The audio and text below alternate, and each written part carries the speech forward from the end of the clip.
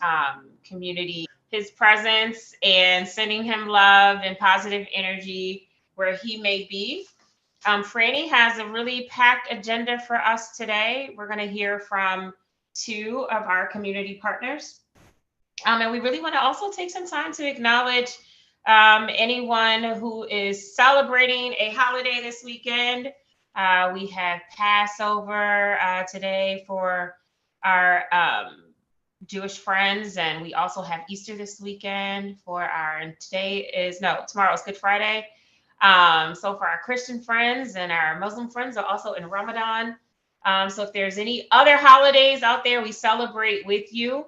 And we acknowledge. So hopefully you guys got some nice plans with family, even just with yourself, to self-care and enjoy and love one another.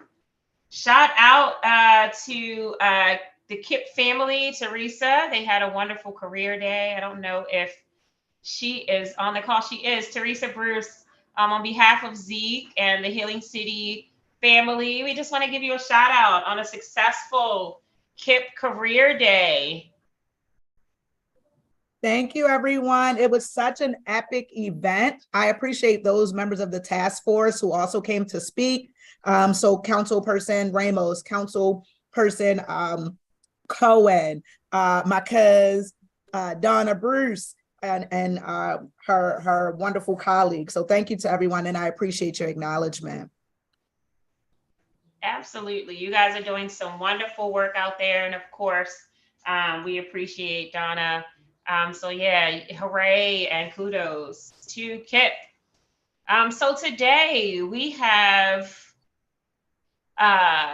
Elijah Davis, which we're super excited to hear from. Elijah has been part of the work for quite some time. And then our friends over at Baltimore Core is going to share more about how we are supporting community health with navigators and different opportunities for community members to join us in that effort. And we'll have a little bit of committee time today. Next week, you'll have more time. So I am going to turn it over to Franny to get us started with Round the Horn. Sure. So I know it's Baltimore City Schools spring break this week. So in honor of spring break, we're going to do kind of a lighthearted whip around, which is if you were given like an all expenses paid spring break of your own, where would you go and why? And I'm going to put us into breakout rooms for just a couple minutes. Okay, we should be in there.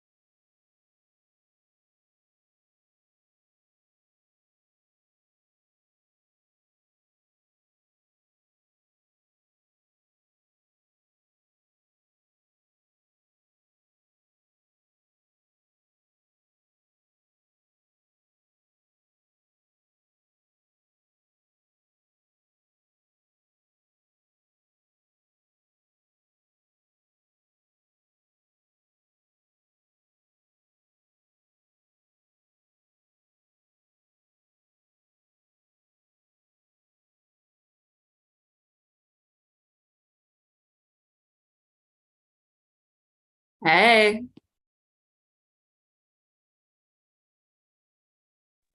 Long time no see. What's up? Nothing much. How are you?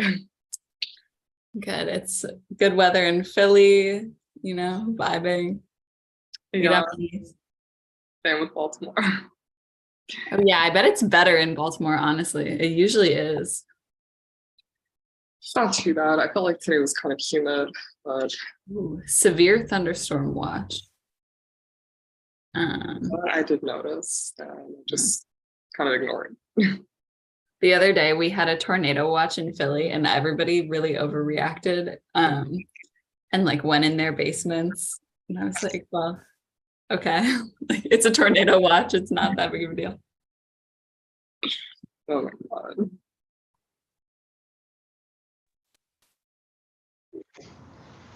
All right. Sorry to make that one so short, but because we have such a packed agenda today, I really wanted to get into it. All right.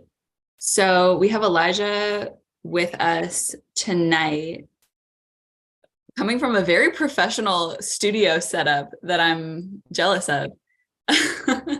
But so for Elijah's presentation, he has a couple of videos that he's prepared, as well as a live section of the presentation, and then it'll be followed by questions and an opportunity for us to ask questions. So Elijah, would you prefer to screen share the video or should I?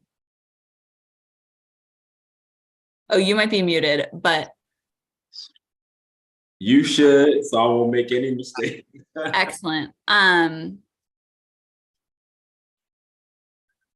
Should I start with the one that says, let's do something to change this Baltimore narrative? Yep. Got you. All right. Video incoming.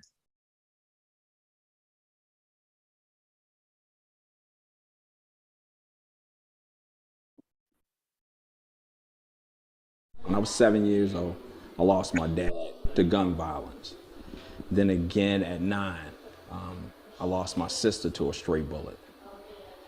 And going into maybe 4th grade, my mother went to prison for murder. So all my childhood, I thought violence was normal. A lot of young people and a lot of families, they suffer from trauma. And that's from being in these, the inner city.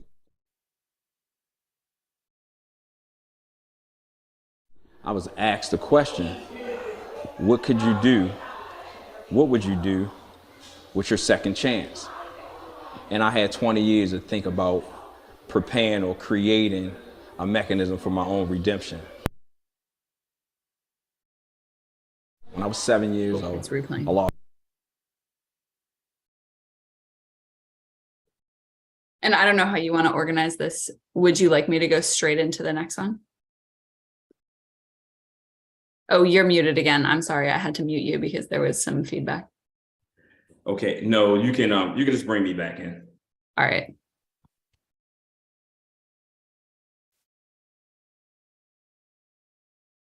Welcome everyone. I hope you had a great day because I sure enough did. So I'm coming here today. This has been a long time coming. I was supposed to do this presentation maybe 2 months ago. So I apologize for the delay, but I'm gonna jump right into it because I know time is of the essence. So I wanted to start off by saying that intervention prevention is a holistic approach to reduce violence, eradicate recidivism, and inspire hope.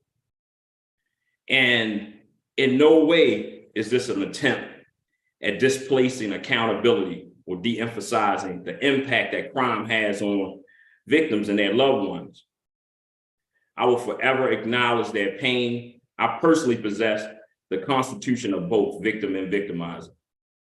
So I wanted to start by saying that first, and then go into some statistics I believe that we all should hear. At least 90% of the individuals incarcerated will be released. There's over 24,000 inmates in Maryland State Prison. There's 80,000 individuals on parole and or probation in the state of Maryland. Maryland released 7,500 individuals each year. Maryland recidivism rate is presently 40.5%. This means that 2 out of 3 formerly incarcerated individuals will be rearrested within 3 years. To house inmates in the state of Maryland, it costs $44.6 thousand a year. That's to a tune of $850 million a year. So how do we change this narrative? How do we make our community safer? How do we lessen the burden of mass incarceration?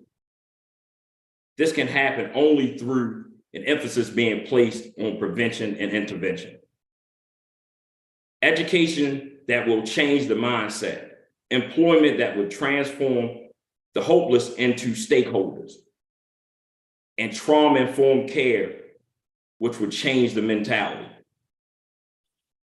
I'm gonna stop here and go to an interview that I had with a really good friend of mine. This is a very extraordinary individual. I'm proud of him. I'm proud to be his friend. So we sat down one day and we had a discussion, the same discussion we said that we would have over 10 years ago, once we both were released. So without any further ado, this is my interview with Orlando Trey Jones. He's presently the program associate for Georgetown Prison and Justice Initiative. Excellent. I'm going to share that now. Good friend, Orlando Trey Jones. Hey, thank you, Elijah, for this wonderful opportunity. But before I go into my reentry, I have to first tell you how I got there to begin with. And I believe my incarceral situation started perhaps maybe the day I was born, 1968, July 1968. But the most impactful part during this time, less than 18 months after I was born, my father was murdered by the Baltimore City Police on January 16, 1970. He was shot 16 times. And a woman who he loved enough to marry her so I wouldn't be a bastard went into a downward spiral immediately after this murder. And I'm an orphan now, no mother, no father. So I'm living with an aunt who loved me with everything that she has. But she has 2 children of her own. And at some point she has to contend with her own demons, her own addiction to heroin. By the time I'm 16 now, I'm being impacted by the criminal justice system. I'm being sentenced to life, to the balance of my natural life. After this unjust conviction, I'm told you're going to go to the penitentiary, and no matter how good you are, no matter how bad you are, how educated you become, developed you become, you're going to die here. So I'm contending with this hopelessness. And the only way I can survive hopelessness is to have hope ingested into my life. And the only thing that I had was God. And I didn't even recognize him then in a conscious way. But now that I look back, I can see that it was only through grace that brought me through those, those challenging periods. Because the crucibles of prison, of the penitentiary, the place that I had to inhabit for the vast majority of my life, was unforgiving. The only way you can best the challenges that the penitentiary brought was to know that you were better than it. And securing an education let me know that I was better than the circumstances that I was in. But prior to getting the education, I only knew it intuitively. I only sensed it because everything around me said that I was nothing. Right? A detective, Gary Dunnigan, at the interview was able to tell me, say, N-word, you ain't nothing, and I'm going to show you you're nothing, and subsequently had me convicted of a murder that I didn't commit. The victim's mother even though I didn't commit it. But I was so nobody, I was so nothing, so superfluous that could easily be done to me. So I go into this prison the Maryland State Penitentiary, a place that was constructed and built when Thomas Jefferson was the President of the United States. Dilapidated, it's dirty, and everybody who enters it is immediately told you're nothing. But through great fortune, at this time, they had the Pell Grants. So if you were lucky enough or conditioned enough, as I was, to get your GED, because I got my GED like 3 years after my imprisonment. Around 1988, 87, I had my GED, and the only thing you can do after that was college to be meaningful. Because in prison, I'm a nothing sadistic murderer. The community had repudiated me. I cheated in everything that I had done. But now, to navigate, to matriculate my way through Coppin is my opportunity to be somebody. And in doing this, I can now tell my story. I got words to explain what happened. I got words to submit in my petitions when I'm asking the court to free me. I'm impoverished. I couldn't do that without an education. But my whole life, I've always known that through education, that's how you improve your socioeconomic condition. There's no way to do it. Now, okay, I'm released from prison. I had the great fortune and the blessing of God to bring me through that. After 37 years, 2 months and 1 day, I'm released into the society. This, in many ways, very cold and very callous. And the only way I accept that I'm successful in navigating society is because I have a tremendous amount of support. The kind of support that the vast majority of people being released from prison won't have. Right? I'm working at Georgetown. Right? I have the support of a university that cares about instituting me and developing me into a professional person. But most re-entry programs aren't like that for those of us who come out. I haven't even been given the kind of help I need to navigate this thing psychologically. For little nuanced purposes like figuring out how do I get around having more than one pocket. I'm constantly losing stuff. And sometimes it's comical, but it gets to be an economic cost because I'm losing earbuds. I go in my pocket looking for an ID and I'm dropping my chapstick. It adds up, and then at some point when I go to the stand, I want to kiosk out. Even 8-year-old kids, 10-year-old kids can figure it out. I have to ask the cashier to help me because I don't know them basic icons on a computer, and I end up feeling inadequate. And it just reminds me again of my nothingness, and that's the most difficult part that I find to this reentry. And I believe that overcoming this feeling of nothingness would be impossible had I not had the education. But I think about the people who don't have the education and the only comfort that they can have in meeting these challenges, especially after coming home after 20 years, 30 years, and 40 years, is in narcotics. Is in negativity, and that's the dudes that you and I both know so well, right, could be such a valuable contributor to society in terms of being examples for what's needed. Because the dudes that we know, Elijah, they are bold enough to go into our communities and tell them 12 and 13-year-old kids, man, you can't have a gun. You can't be a thug. It don't work. And they'll be a living example, and they're courageous enough and bold enough. They're not frightened as, you know, the typical, and this is not an aspersion on the upstanding citizens who have been out here in this world, who have done everything right. But what they're seeing out there on them streets with them 13 and 14-year-old, it frightens them in ways that they get off the corner. Look, man, being educated, walking around, conducting yourself in a virtuous and moral manner don't make you weak or pure less chivalrous. Look how chivalrous and virtuous and strong I am, because I walk around with this education. I walk around with this moral vibrancy, and I'm successful. And all government got to do is a little bit to make that happen. So let me ask you this, Trey. have you encountered individuals, right, that have done 20, 30,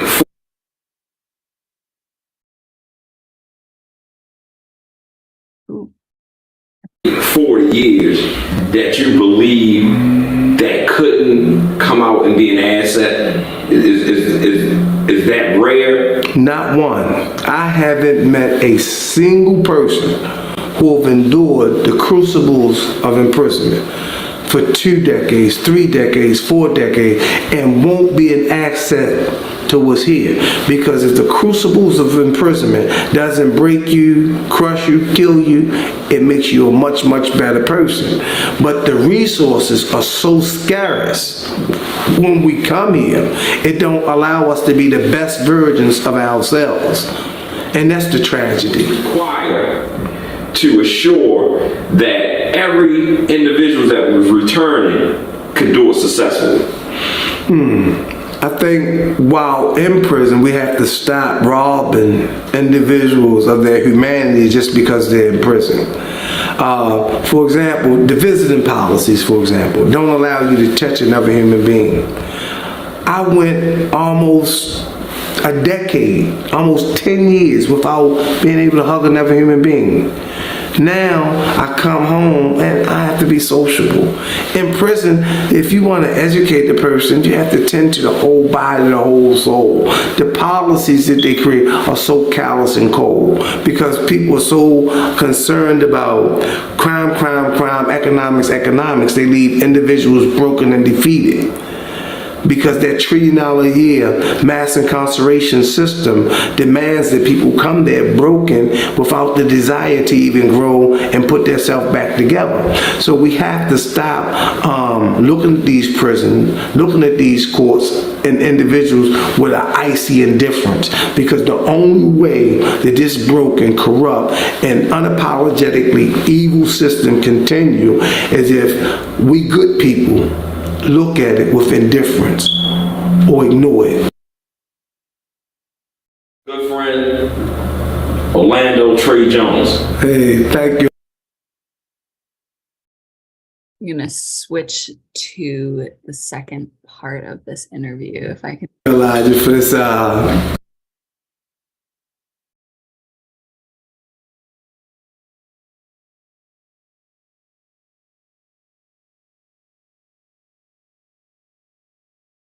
So I recall when laws began to change, it started in the federal government pertaining to juveniles receiving life sentences, right?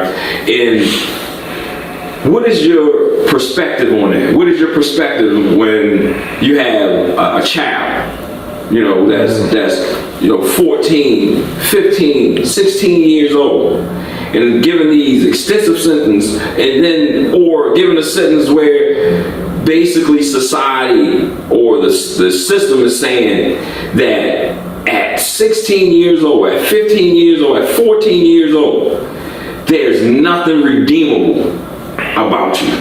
What you feel about that? Well, when this issue was working its way through the federal courts, I recognized the hypocrisy in it all. Because the United Nations, the UN, which the United States is not only a signator, but the host nation, recognized that it's inhumane to imprison a child for life. But period, let alone life without parole. So for the Supreme Court to finally come to this realization, right, speaks to the hypocrisy and the insistence upon evil that America allows this criminal justice system to stand, right? Now they say, okay, it's wrong to execute a child because he had redeemable qualities. Then they had to morph in, well, because it's wrong to sentence a child to life without parole because he had redeemable qualities. Well, why do you put children in situations or create societies where you have to send a child to prison for life? Who's at fault for that? I'm a child, orphan, 16 years old, prison for life. All I had to do, compact, but no social program. And now out, And I'm still contending with the same unjust system that don't try to correct the wrongs that it initiates. Right? And something as simple as bringing back them Pell Grants full-fledged. Brothers like you and I who have been released from prison after 20, 30 years, give us the education that we're entitled to. Around the world, free education or quality education is guaranteed to everyone. Right. I once had a brother tell me that if the system worked the way the system was supposed to work, any of those facilities in the state of Maryland should be no different than, let's say, the campus of the University of Maryland, College Park. They should do the same thing. Yeah. Well, they operate that way in Europe, right? Because in Europe, punishment isn't an element of the criminal justice system.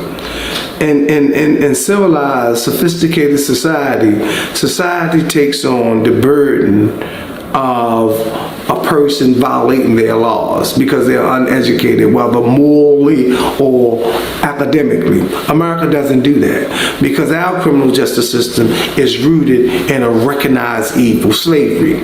Remember, slaves, 3/5 of a human being, right?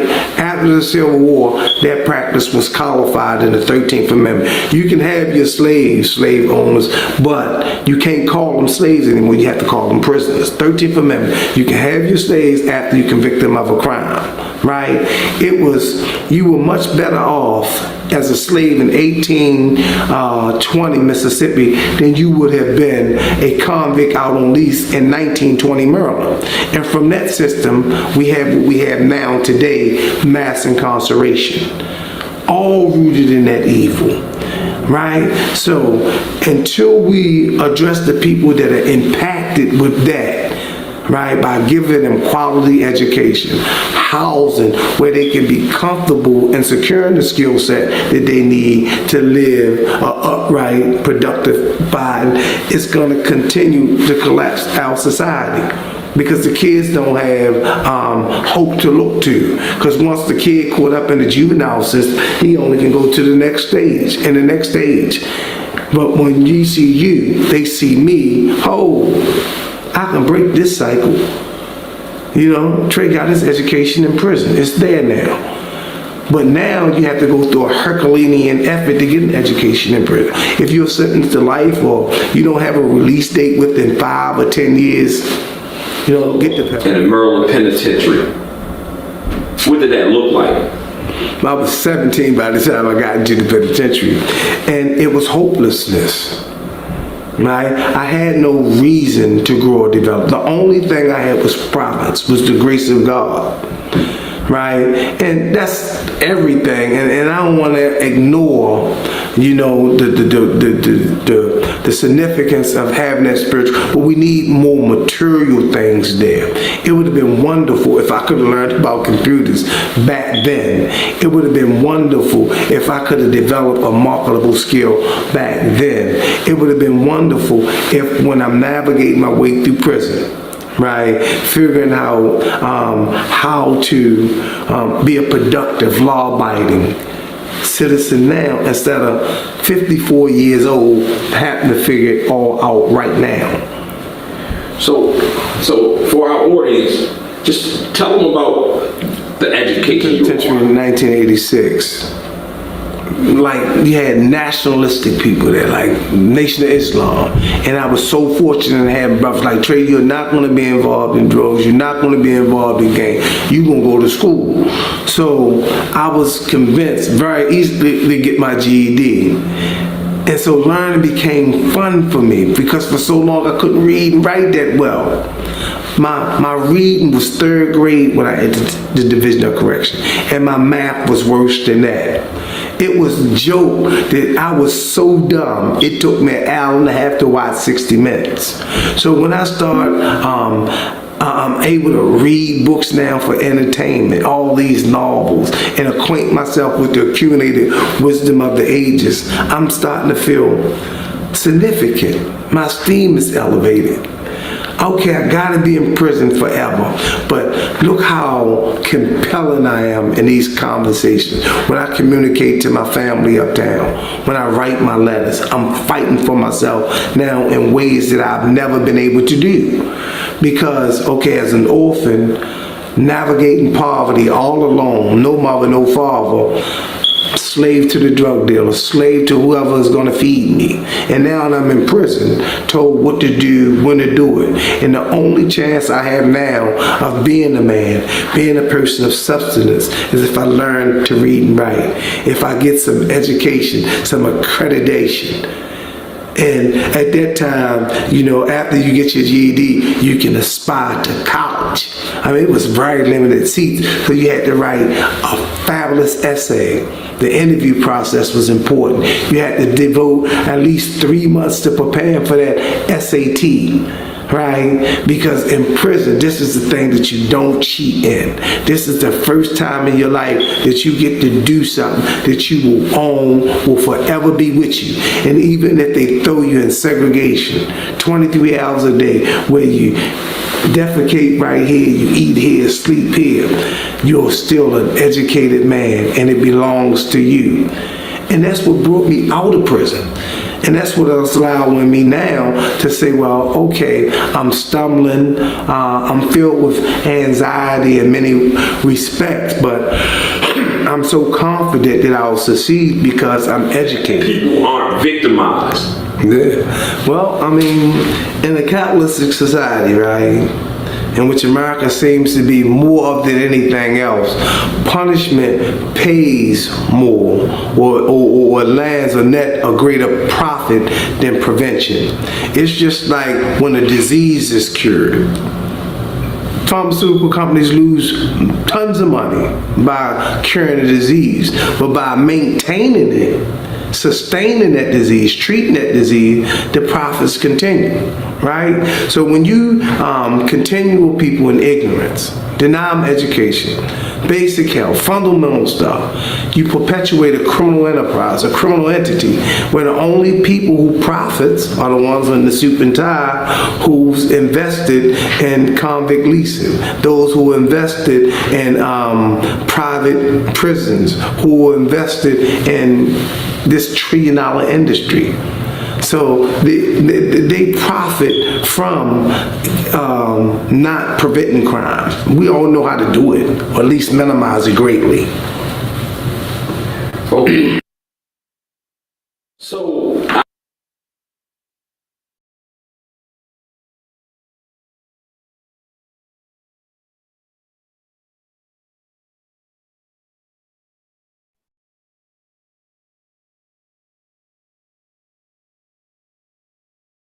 So,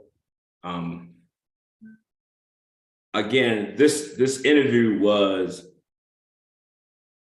planned over 10, 15 years ago, as I myself was an inmate in a Maryland state prison. And the reality that's compelled me to do the things I've done since being released 8 years ago is understanding that education, one, is a way to not only establish yourself upon reentry, but also create the confidence that's needed to survive the trauma that so many individuals have endured. You know, not only being inside the system, but also prior and through childhood. So I wanted to bring this piece to the task force and to all who are joining us today. And if there's any questions, it's so much I want to say, but I just know that the time won't allow me to do it all today. But right now, if there's any questions or any comments that the viewers you have or want to make, I would, greatly appreciate that. Well, first I'm going to just voice some things I'm seeing in the chat. thank you both so much. Kim is, I'm getting some internet pop-ups, so if you see me freezing, I apologize. But I just wanted to flag for both of you, Elijah and Orlando, that Kim and Teresa have put in the chat how powerful that interview was and how many takeaways there were.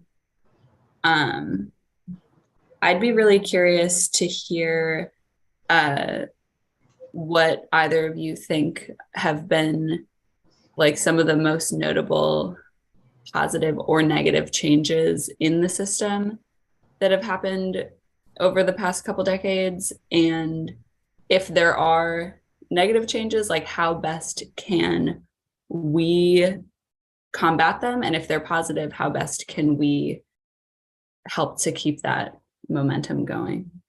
Okay, great. I'll allow Orlando to answer that, because like I said, I've been out of the system now for 8 years.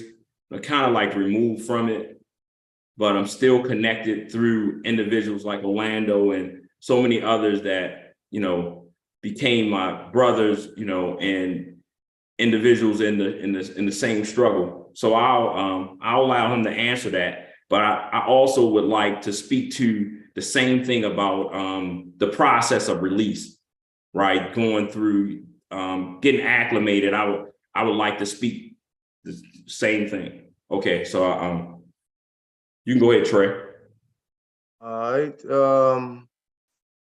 Well, for me, I think the thing that has to be addressed most urgently is the hopelessness that settles in, right? In the prisons, one of the things that motivated me and geared me towards academia and development was how we had functions. The children would come in. We had all kinds of workshops where Coppin had the psychology department. That's where I learned that intelligence was universally attractive. One of the reasons of development academically, right? But prior to coming to prison, and I see this now in society, and it's persistent there, is when you have an 8-year-old kid and you ask them what you're going to be when you grow up, and the 8-year-old will tell you, I'll be dead before I'm 16, right? And I think about the concept of nihilism, right? And that's the belief that the future is doomed. And if the future is doomed, traditional values like having an education, being virtuous, have no worth. And that's the thing that we have to tackle first and foremost, because if that isn't done, no matter how much material aid you throw, it will be pointless. So we all have to be involved in showing the kids that you can be, I mean, when I was 8, dealing with that weight of trauma, you asked me when I was 8, what I was going to be, a doctor, a lawyer, a fireman, a poet. I would name 8, 10 things without a sense of my own mortality, right? But kids can't do that anymore. And that's because we are in these little Zoom places.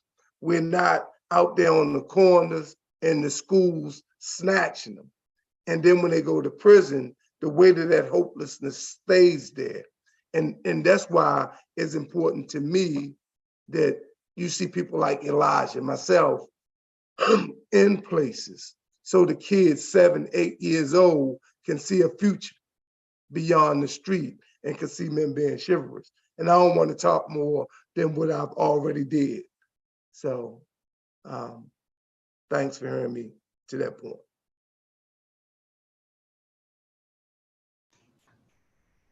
So what I wanted to say about my journey with reentry, I believe that I may have experienced just about every conceivable barrier that one could have going through that process. And I did it really without support because I was gone so long. The majority of my family are no longer here. However, I found that there were individuals, right, that created for me a network. And, if you look at it for what it was, I had really had nothing to offer them outside of being who I said I was going to be and doing what I said I was going to do. And that was enough for a lot of individuals. And, I could sit here and name some people and applaud them because they lived up to the expectation that they expressed to me. And that's Zeke Cohen. That's the staff at the Urban League, Charmaine Davis. That's the staff at the Downtown Partnership recently. Like, these individuals had no problem with getting involved with someone that had a background or someone that they could have easily thought that they were going to have issues with, or things just wasn't going to work out. So we gotta be more mindful of that. We gotta understand that when individuals are released back into our society, we're not in a place to assess their needs. So we don't really know what they need. So you could be working with someone that had just did 15 to 20 years, and he could be on the brink of homelessness or the brink of hopelessness. And you wouldn't know if you wouldn't take the time to get to know the individual.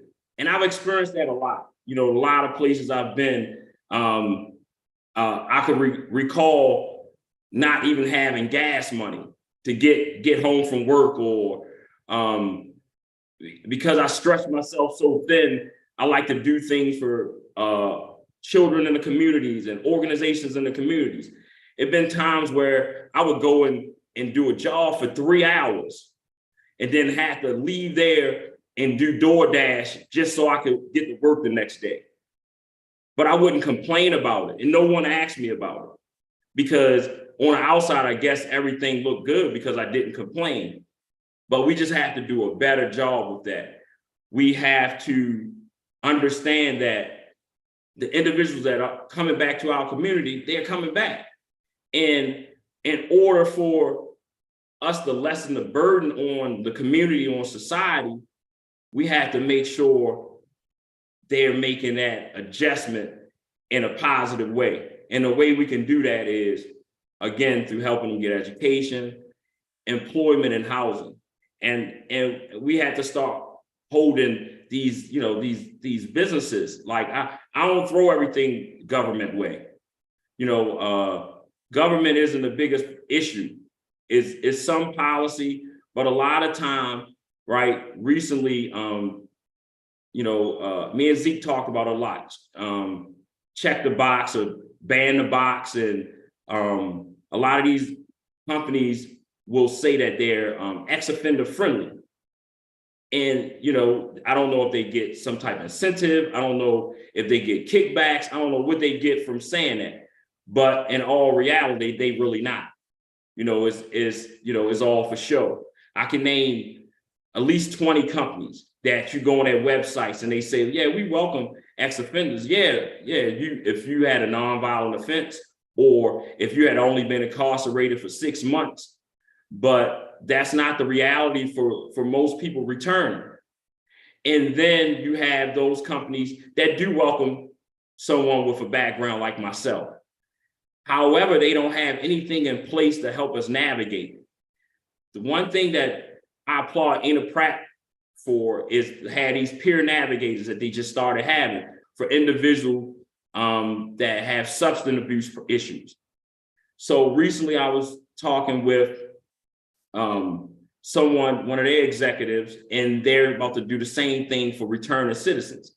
And that's necessary. I consider myself a Sherpa, someone that can guide individuals that are being released along the way, and I do it because I know it's necessary. And because again, like me and this brother, we talked about doing this interview and we talked about the things we were going to do 15 years ago. And a lot of times individuals that haven't experienced what we've experienced don't know what goes on every day in prison. They just think is, people running around, there's mayhem, there's all these different types of things. However, I started my nonprofit in 2011 and I didn't get released until 2014. I went to a modification hearing back in 1999, and I told the judge if released, I would start a mobile photography company and I would do mentoring in the schools. 2023, I have my business is even called Elijah Camera Art and Mobile Studio. And every day I'm in a school, every day I'm in Rex and Parks. Whether they pay me or not, I'm gonna be there. So I hope this was informative. I hope people that was on here watching got to understand that we have to do better, not just with returning citizens, but we have to do better with prevention. Educating each other, making sure that the individuals that's coming back into our communities have the structure that's needed will lessen violence, will lessen victimization.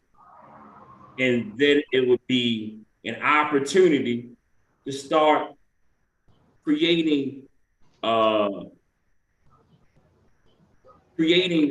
system that could solve some of the problems that we're having with our young people. I once said in a presentation I did that as a photographer, I know how important it is to see each other and for someone to be seen. So I say a lot of times what I've been experiencing or what I've seen in the streets with the carnage that, happens almost daily in our community is that these young people, they can't see themselves. So if they can't see themselves, they definitely can't see the victim. So it's just like, I don't know how you get to a violent place without trauma. It's just, hurt people hurting people. So I thank you for your time and I thank you for allowing me to do this presentation. And again, I also thank Orlando, and he's also a published author. And right now, if just a minute, if you can allow him to tell you the names of the books he's authored. Sure, Orlando, share that, and then we'll go right to Daniel. I think Daniel had his hand up. Well, I think the books was shown on the stands long enough. Igger Street, A Life on the Corner Behind Bars, and Old Too Fast, Smart Too Late. I think this conversation is a little bit too important to do the self-promotion thing at this point. And I'm just happy to be in this place and see the comments. Okay, great. Daniel? Thanks, Elijah and Orlando. That was amazing. I really appreciate both of you for the work that you're doing. Like really not just talking the talk, but walking the walk, and like and making sure that people are held accountable for the places where our systems really do break down. The whole time you were presenting, I couldn't help like remembering a story. It's probably my third year teaching at Douglas. I was teaching night school. I had a student, 18 years old, recently released, didn't get to come to day school, was released directly into the night school program. And one night he asked me for some help after class. He had just gotten out like in the last 2 weeks, and while he was in prison, his mother died, and she had sort of helped him navigate. She had given him a place to stay before he'd gone in. She'd taken care of him, and he had very little skills to be self-sufficient, independent, and he needed help, in particular, getting his DSS paperwork done. So we hung out late and did his paperwork and set up an appointment for him to meet, and made a plan and made sure he knew how to get there. Because he was coming to school after hours, none of the social workers were there. They were there for the day school, but we didn't have a support system that was working with the night school at the time. And he left with a plan. And it was the last time I ever saw him. That weekend he was killed. He never went back to another night school. So it's like the spaces that you're talking about, how necessary it is to have a safety net for folks who are re-entering, gets compounded when you start to talk about issues with other traumas that happen when people are incarcerated, losing his mother, coming in already being that crucial age for young people in Baltimore City, where the city expects them to be independent, but it's difficult to find housing. You know, he was really at the crossroads of all these systems kind of failing him at one time. It's just such crucial and important work. So I thank you guys for everything you're doing. Yeah, thank you for your comments, Daniel. I mean, that's right on point. We appreciate Elijah and Orlando. You know, right now in the United States, we have more than 4 million folks on probation or parole. And in a city like Baltimore, who is still healing and recovering from zero tolerance policies, that means that a significant number of that population is going to be our African-American young men and young males of color. And culturally relevant trauma treatment is necessary, not just inside the walls, but beyond the walls. And we thank you and uplift Elijah and Orlando right now. Let's give them a round of virtual applause. We're just so grateful to have someone like Elijah on our team, and raising this is an important topic. We have to be able to move towards, more honest dialogue around this topic, right? Even those of us, as Elijah mentioned, that are doing the work, people say they're welcoming, returning citizens, right? I don't even like to use the word ex-offenders, but returning citizens, where those services and that welcoming is like really not authentic or completely real or completely integrated into their systems and their opportunities in a way that's equitable. So we need more collaboration. We need more honest dialogue about how the history of policing and the history of probation and parole in this state and this city has impacted equity and access for returning citizens. And, those of us, I always say, those of us that have not experienced this in any way, we're just one decision away from being a future returning citizen. So, it's important for all of us. So Elijah, yeah, thank you. Any last words before I turn it back over to Franny? No, that's it. Thank you all. I appreciate it. Come back anytime, Orlando. We welcome you. I will. Franny. Awesome. Thank you both again for such a powerful presentation that was also really informative. So next on our agenda, we have with us some folks from Baltimore Core to come talk about the Community Health Pathways Fellowship and do an announcement about that. Nigel, I made you co-host so you can screen share. I don't know if there's anyone else from your team that should be co-host as well. Just let me know, but I will give the floor to you. Thank you so much, Franny. Hello, everybody. Thank you for having us here tonight. Gonna just pop it around and have everyone from Baltimore Core just introduce yourselves very quickly, and then we'll get started and talk about the community health pathways. Of course. Hi, everybody. This is not my first time on this call, so it's great to see some familiar faces and some new faces. My name is Leah Elias. I use they, them, and or she, her pronouns. I am the Deputy Chief of Staff at Baltimore Core, and I've been with the organization for a little over 1.5 years now. And I've had the pleasure of working on the launch of our Community Health Pathways program. And I'm really excited to share more about that with you all today and learn more about all the great work that you all are doing. I will pass it to Cole.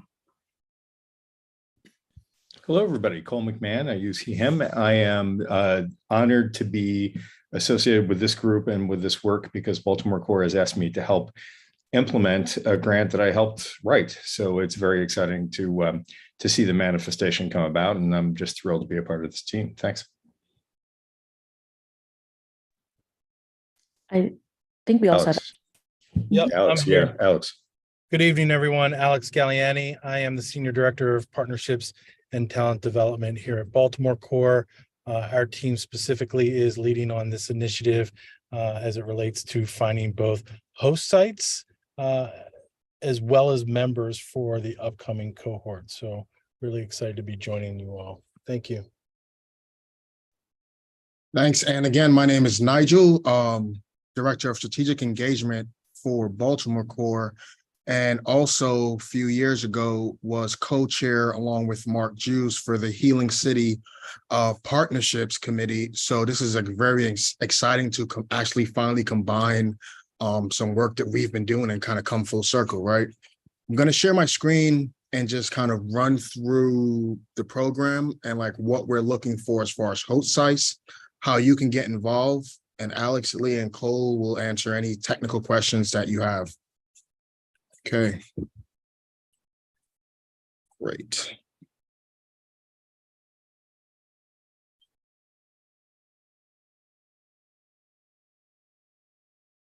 Cool. So, is this working? All right. We're looking for host sites for our AmeriCorps program, the Community Health Pathways program. All right. So the window for submission to sign up to be a host site is March 15th to April 30th. But also we will accept little late submissions for people that want to host AmeriCorps Community Health Pathway members. So what is it?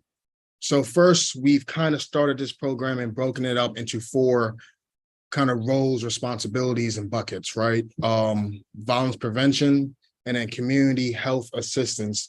Those programs, our young people get CNAs or community health worker certifications. For Healing City, we're focused on these 2 buckets at the bottom of the screen here, a mental health advocate and a community resource connector. And what that really means is we are looking for people who want to host young, passionate, smart, dedicated people from Baltimore in entry-level positions in either client relations internally in your organization, or that community resource connector is that entry-level community engagement, right? Kind of street team, outward-facing role to make people in the community aware of what resources your organization has to offer. So this is what the AmeriCorps members receive. A $30,000 AmeriCorps living allowance, right? I want to highlight that this is the highest paid AmeriCorps stipend in the nation. One thing, we don't believe that you can uplift people by paying them poverty wages, and we don't believe in disrespecting people by paying them poverty wages to do work in their community. Okay. Also, Baltimore Core provides training or public health certification for all of our members to think about their next steps after this 11-month term of service. Childcare, SNAP is available, and also, as you can see, a $6,000 education award for college loans or tuition for an upcoming program. And of course, like we mentioned, an opportunity to actually tap people from community to serve their community, right? Which is huge. So as a host site, here is, so one, as a host site, we're looking for, like I mentioned, host sites and supervisors who actually want to pour into the next generation of mental health professionals and community healers. And that's where we're hoping you can come in, right? We're looking for people who have patience, who have the ability to grow and pour into their person. But there is a cost. Like I mentioned, we are providing a $30,000 stipend. So there is a cost for host sites per member to invest in their member. This slide kind of just says like ballpark 50,000 per member to actually host a member. That's the logistics, the staffing, the capacity, right? And then like member pay, benefits, and training.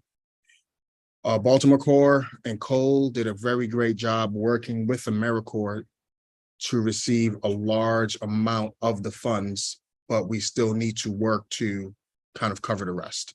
And this is where, if you choose to host a fellow AmeriCorps member, you will come in. So we use a scaling model because we want to make this fair and equitable to everybody. We didn't want just large organizations being able to monopolize on all the talent. And we also did not want to scare away small organizations to think that they can't also participate. So this is the sliding scale per member that an organization will have to contribute for this experience, right? Just going to voice it over.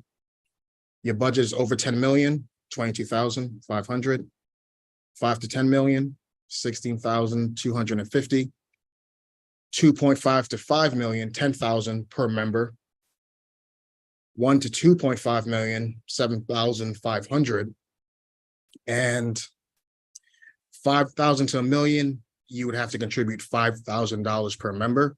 And then less than 500,000, if your budget is less than 500,000, you would have to contribute $1,000 per member. Now, we know that resources and money is very important for everybody, right? So we say that to say we can't make any promises as far as like how we can support people if you are an organization in that like 2 to 500K or less than 500K bracket.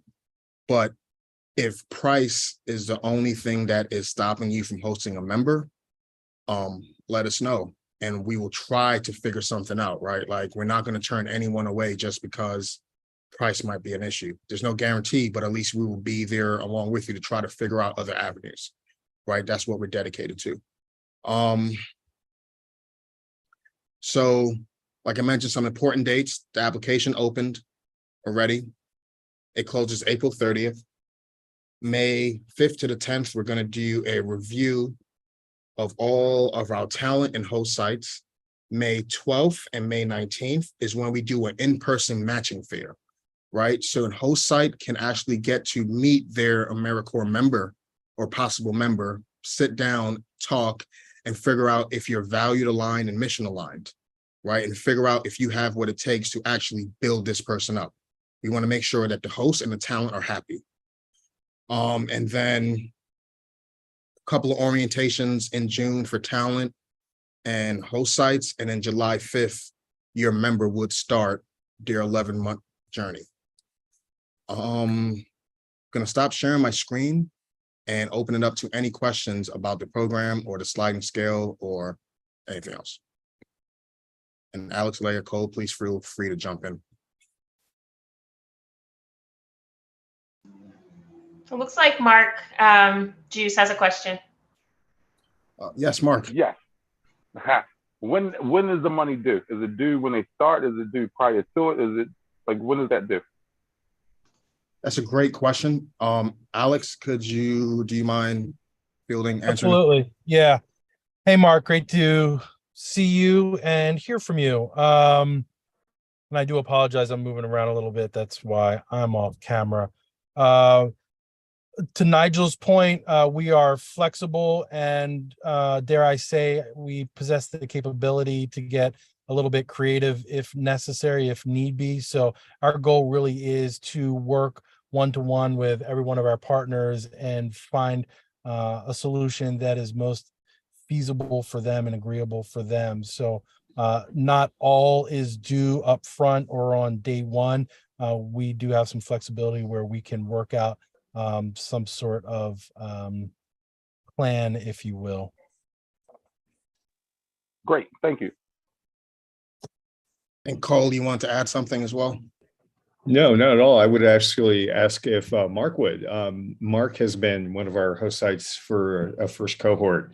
And Mark, we've never met, but I hear great things about how you get it and you treat our people and you get how this works and how it plays into your mission and our mission and AmeriCorps. Would you care to comment on what it's been like hosting members so far? Sure. We've been a host site for some months now. I'd like for everybody to know that these people are typically aspiring professionals. So a lot of us come from a very professional work environment. So you have to have, a level of grace with certain things. But all in all, it's been a wonderful experience. The people that we have been able to have at our site have been open, honest, punctual, just all the things, man. So I thank AmeriCorps, Baltimore Corps, and the team over there that helps us navigate, especially, you know, everybody on the call and some people who are not, like Nina and that Gaye, just been awesome with their communication. And Blake as well. Can't leave my man Blake out.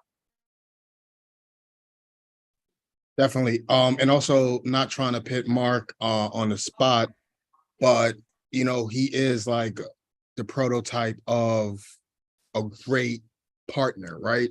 He leads with empathy with his AmeriCorps members, provides, like you said, grace and understanding, but then also as far as strengthening their like professional skills and like hard and soft skills, he provides time during their workday to work on certifications for their next step. He's constantly talking about that. So I think that's important to remember, right? Like while you are getting a entry-level young person, your role is to really get them to that next step in your industry, in your field, so they could hopefully be your colleague 2-3 years. If I could just jump in and add, Nigel, and piggyback off of what you just said, I think it's really important for us to flag. Again, Nigel, I really appreciate you going through the different opportunities and pathways that we've defined. But with that said, I want to be really clear that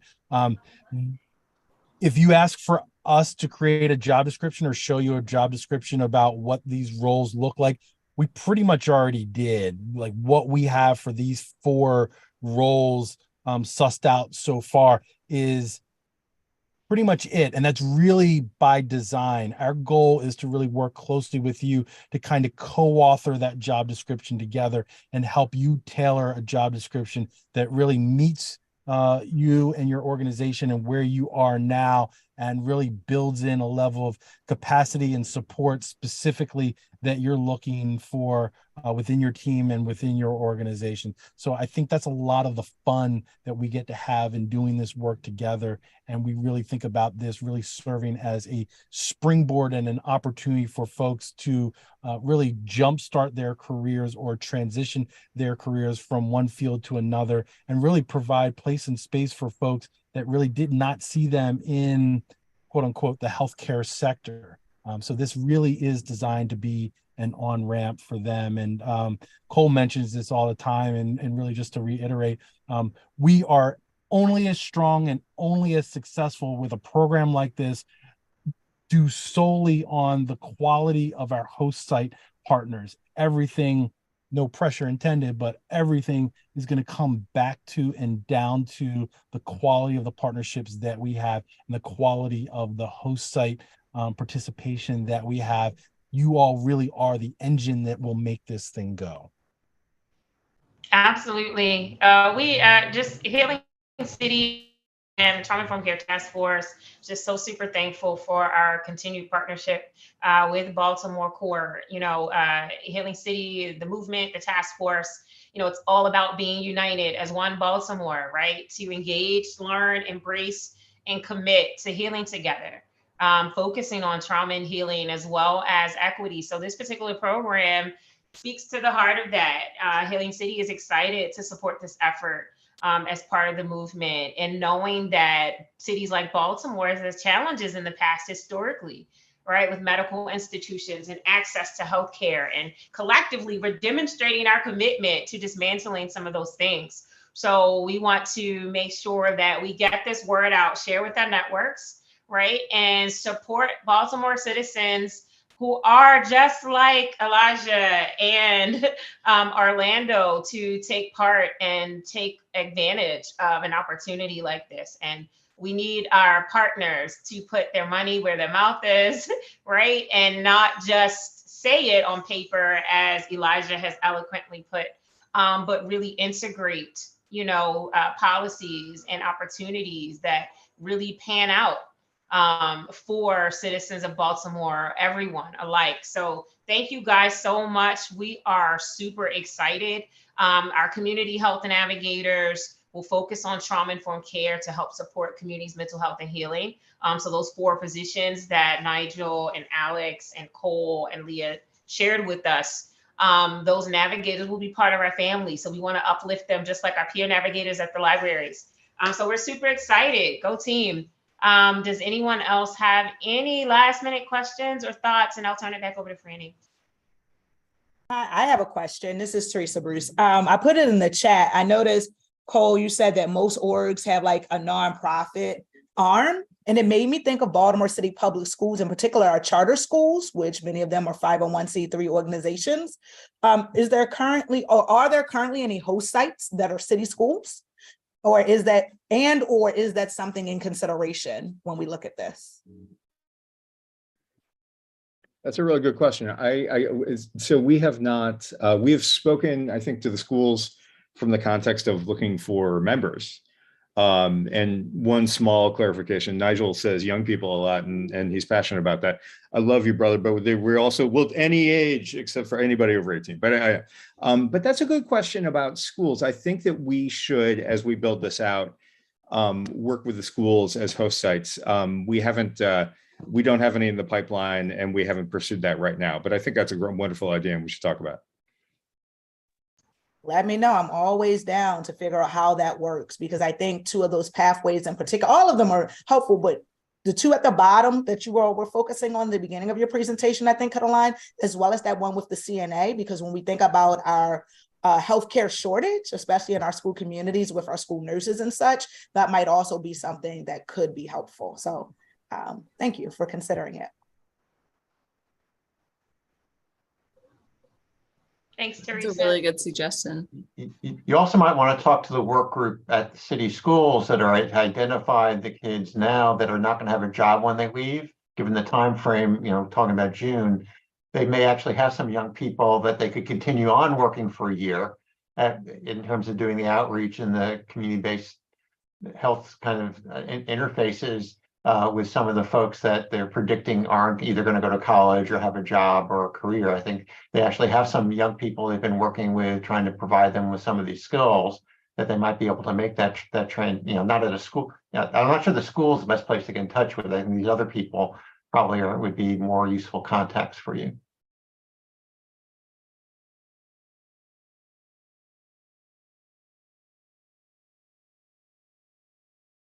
All right, if that is it for questions, and I don't want to say that if that's not it, but I wanted to let everyone know that if you didn't see it in the chat, if you scroll up, everybody's email from Baltimore Core is there, and then we'll follow up with, thank you for putting it back in.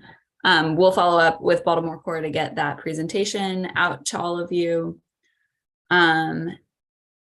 And with that, I think we're going to speed run our subcommittees for 15 minutes, and rest assured that in 2 weeks, so on the 20th, we are actually going to devote pretty much the whole 90-minute task force to extended subcommittee time, so that we can really get into our goals and accomplishing them. But I'm going to, without further ado, open the breakout rooms. You should be able to choose your breakout room. If you are policy, please stay here. Everyone else, you should see an option at the bottom of your screen to choose. And let me know if you don't. Oh. Okay. Thanks, Margaret. Sorry, I should have said that earlier. No, that's so okay.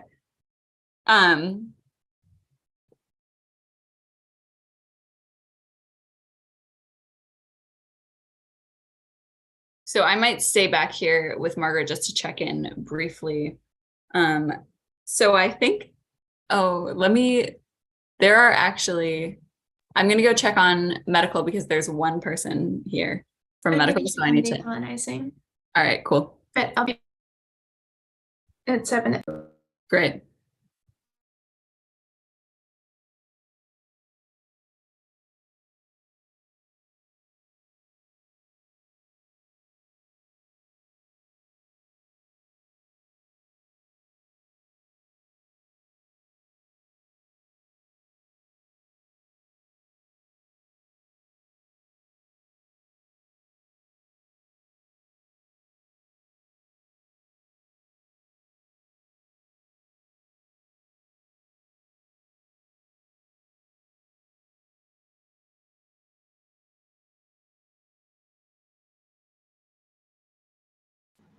Wonderful presentation, Elijah. Oh, you're on mute. Thanks. So, Yeah, thank you so much. you're welcome. Am I in, are we in? Where? Well, policy Yeah, member could you- and the lead yeah. actually here. So I think Franny was thinking about switching them around, but I'm not sure. But if you would like to just stay here, you can, or you're welcome to join any of the other rooms. So medical Yeah. training, youth, and decolonizing. I thought you were usually in youth, right? Yeah, yeah.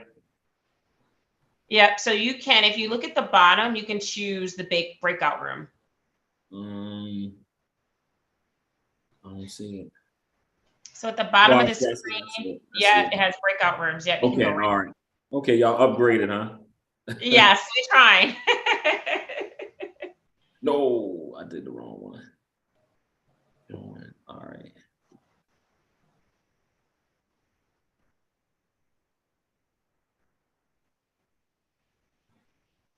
There you go. Tyron, are you going to shoot over to training?